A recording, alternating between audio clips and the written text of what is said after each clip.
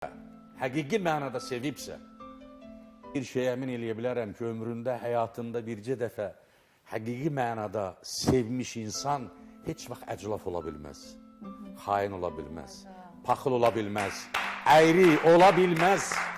Əgər varsa bu xüsusiyyətə demək heç bir zaman sevməyib.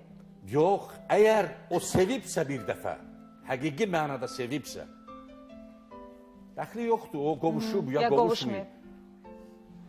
Əsl mənada sevməyi bacarmış insandan da heç zaman qorxmayın. Çünki sevgi onu təmizləyir, sevgi onu paklaşdırır, mələkləşdirir.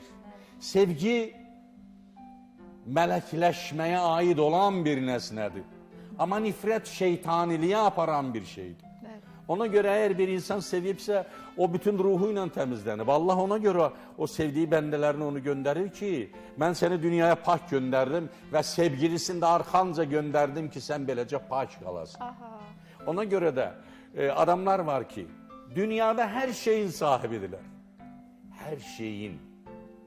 Amma əgər həyatda sevgi hissini yaşamayıblarsa, onların həyatının qara qəpiyi dəyəri yoxdur.